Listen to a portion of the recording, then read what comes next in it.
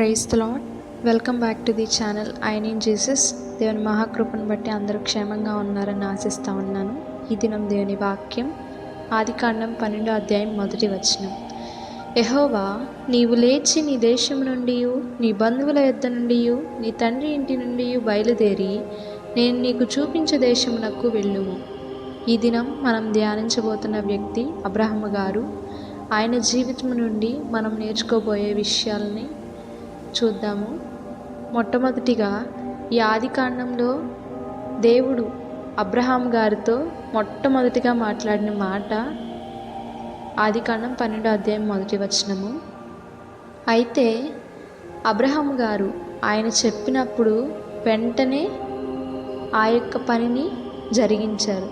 తనకి చెప్పిన ఆ పనిని జరిగించారు. మరి ఆయన జరిగించడం వల్ల తన జీవితంలో విశ్వాసులకు తండ్రిగా గుర్తించబడ్డాడు. మరి నీవు నేను ఆ విధంగా ఉన్నామా? దేవుడు కొన్నిటిని, అంటే అబ్రహాం గారు కూడా కొంతకాలం వారున్న దేశంలో అనేక మందితో బంధుత్వం ఏర్పడి ఉండొచ్చు. ఆ బంధుత్వాన్ని విడవలేకపోవచ్చు. అయినప్పటికీ ఆయన దేవుని మాట ప్రకారం అక్కడి నుండి వెళ్ళాడు. మరి నా జీవితంలో నుండి దేవుడు కొన్ని తీసివేస్తున్నప్పుడు, ఎందుకు దేవా నాకు తీసేస్తున్నావు అనని మనం ఎదురు ప్రశ్నించే వారంగా ఉన్నామా?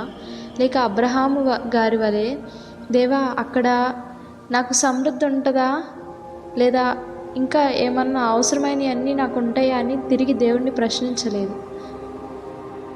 వెంటనే ఆ దేశం నుండి వెళ్ళిపోయాడు.